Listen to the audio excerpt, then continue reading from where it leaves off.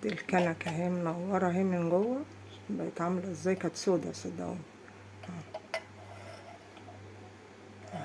والألمونيا والستانلس، لكن هي دي المفضلة بالنسبة لي. لكن أنا ما بفضلش أعمل قهوتي غير في الكنكة دي، فمن وقت للتاني بحب إن هي تنضف. أنا بقالي ساعتين بعد ما شربت القهوة بتاعتي حطيت فيها معلقة صغيرة ملح ليمون وغليتهم على النار وسبتها، يعني بردت تماما اهي.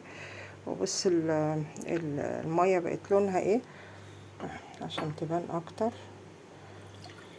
ادي لون المية بالملح الليمون، وهي بالفعل بدأت تنضف من جوه. لكن انا طبعا مش هكتفي بكده، انا معتادة ان انا ليفة من الليف السلك الناعم ده على طول بحبه وبستعمله، وشوية صابون سايل وهندعكها ونشوف النتيجة.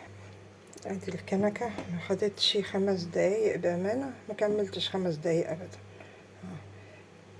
هي حتة السلك دي قطعة قد ايه، السلك دي رهيبة اصلا. نضيف تنظيف الحوض بقى والشاور والتويلت، شوية صابون وشوية كلوركس الوان او المنظف بتاع الحمامات دوت، تحفة يعني.